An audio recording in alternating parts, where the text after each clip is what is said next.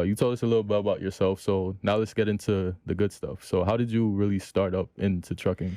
Ooh, child. So, after I went through my rabbit hole on YouTube, it was literally 2 weeks of like no movement. I'm like not even eating at this point. I'm just like, I need to figure out what I would really do because, you don't want anyone to determine your value at the end of the day. You want to say to yourself, if, I don't want to be here, am I going to be okay? Yes. You don't want to have it up in the air like, well, and, so, um, I saw the opportunity of trucking, and I looked at what the beginning, steps would be, and I looked at my overhead.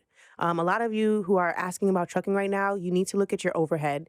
If you know that you are not going to have something like 3,000, I would say at the most minimum $3,000, you need to, wherever you're at, focus on getting that money together and then pushing forward, but you have to also have the right information. So in a lot of the videos on YouTube, they walk you through step by step exactly what to do. So I followed along. They wanted me to start my LLC, or that was the first step, start your LLC.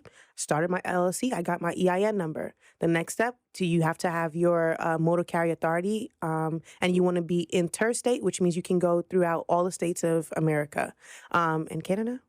Is that about, that's not, listen, I don't know my You tell geography. me. Well, I don't know. look, I got a map, okay? That's how I be trying to work with it. But so yeah, so I got my authority active. You file some small pieces of paperwork that are like maybe 8 to $15, your UCR, your BOC3, and then pretty much after that you get insurance, which is basically the highest expense.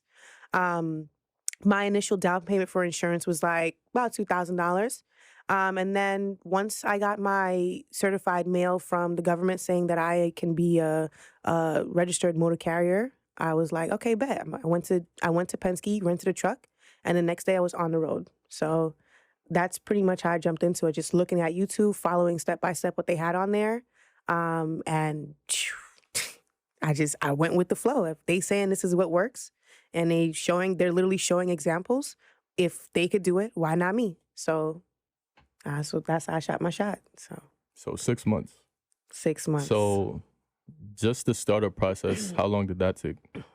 Well, it took me, because I was teaching still and going through the whole, we're going to let you go. We're not going to let you go. We're going to let you go. They were doing that with me. So I was like not fully focused on my process of paperwork and, getting started that way. It took me, I would say, like about a month and a half. But I would say for someone coming on right now, it could take them about just like literally not even like doing the paperwork and everything could take you 15 minutes. And then you would just have to wait back to hear from the government. And that probably takes about 2 weeks. And then you're ready to go, like go get the truck and get going. So. Okay, so after all of that was done, when could you say that you felt comfortable in terms of just like going all in with this?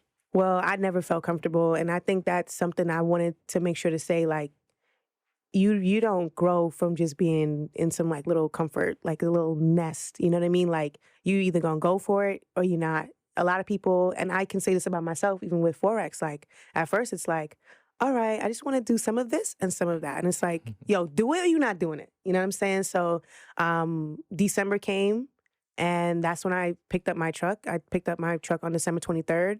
I had to sign my severance paperwork on December 17th. And that was my decision. And I was like, well, signed away. And then the 23rd, I went on. So I wasn't comfortable at all. And it's not, entrepreneurship is not easy at the end of the day. You don't come into a schedule that's already made for you. You don't get told what to do. And as much as people, it sounds bad, like getting told what to do is easy. And then you just do it. And then you like, oh, well, I did it. They can't say anything. But when you have to tell yourself every single day, every single hour, every single minute what to do, that's not easy. Because, especially if you're indecisive, I'd be like, should I take this one? I'm not taking this one.